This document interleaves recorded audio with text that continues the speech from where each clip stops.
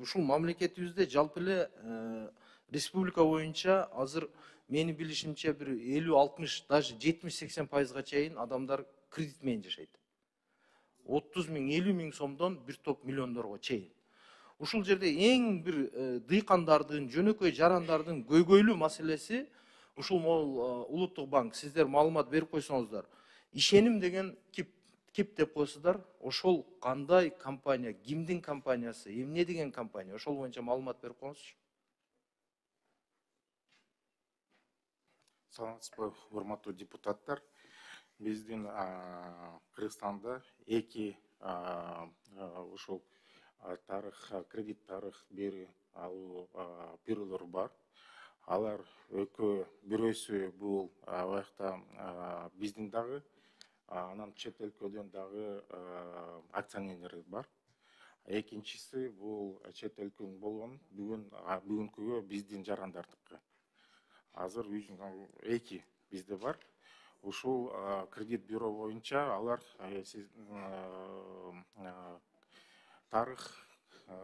кредит тарых боюнча маалымат алмаштыруу боюнча мыйзам негизинде иштейт. Алар ушул банктар менен, анан банк эмес башка уюмдар менен келишимди түзүп, анан ошондой маалыматты алат. Бул маалыматты алганда бул эми аналитический материал. Бул мындай кепилдикти төмөндөтүү боюнча ошондой эле максаты. Бул дүнөлүктө ошондой тажрыйба бар. Бул бизде эмес, бул бүт дүнөлдүн башка. Рахмат, Манас Жакыпович, сиз башка тармакка кетип калдыңыз. Мен сурайын дегеним, көбүнчө ушул ишеним деген ушул ишкана сиздердин карамаңыздарда да сиздер контролдой аласыздарбы? Бул жеке компания турабы? Бирок бизде көзөмөл бар. Сиздерде көзөмөлүңүздөр бар. Менин маалыматым боюнча биздин азыр 2,5 миллион кардар кайрылат экен жылына. Ошол ишеним боюнча. Бир кардардан заемщиктен 200 сомдон акча алат. Бир эле кардарды карабай 30 миң сом же 50 миң сом алган кардардын дагы поручители, залогодатели болуп туруп, айланасында 5 адамды кабыл алып туруп, ошолорго өздөрүнүн историясын берип атат. Эми ал жерде ар кандай турмуш болуп калат экен. Кээде мисалы 5 жыл мурда же болбосо 10 жыл мурда алынган тарыхы боюнча терс корутунду бере турган болсо, азыркы дыйкандарыбыз дагы акчаларын ала албай калып атышат. Бүгүнкү күндө ошол ишеним 240 финансылык уюмдар менен кызматташат экен. Бүгүнкү күндө. Ошону эми сиздер мисалы мында караганда миллиарддаган акча түшүп атат. Өзүңүздөр мамлекеттик сыр болгону, мамлекеттик кылып атсаңыздар болбойбу ошону? Ошол биздин өзүбүздүн мамлекеттик бюджетке түшөт эле. План барбы ошондой негизи? Биринчи тарых канча мөөнөт боюнча сакталат деп кичине айтып коеюн. Мыйзамда жазылып турат терс информация, анан позитивдүү. Позитивдүү ал 7 жыл базада турат да, а терс ал 5 жыл. Анан былтыр как раз мыйзамга өзгөртүүлөр киргизген. Оякта мындай форс-мажор болуп калса, анан баткен окуя болгонча же ковид болсо, оякта 3 жыл дегиле. Азыр быйыл ковидте ким ошондой кандай өз убагында төлөбөсө, алар ушул базадан жокко чыгат да. Бирок сиз туура айтып атасыз, бул база деген эми бул мыйзам боюнча эки уюм уюштурган. Азыркы учурда дагы үчүнчү дагы буюрса документтерди сунушталган.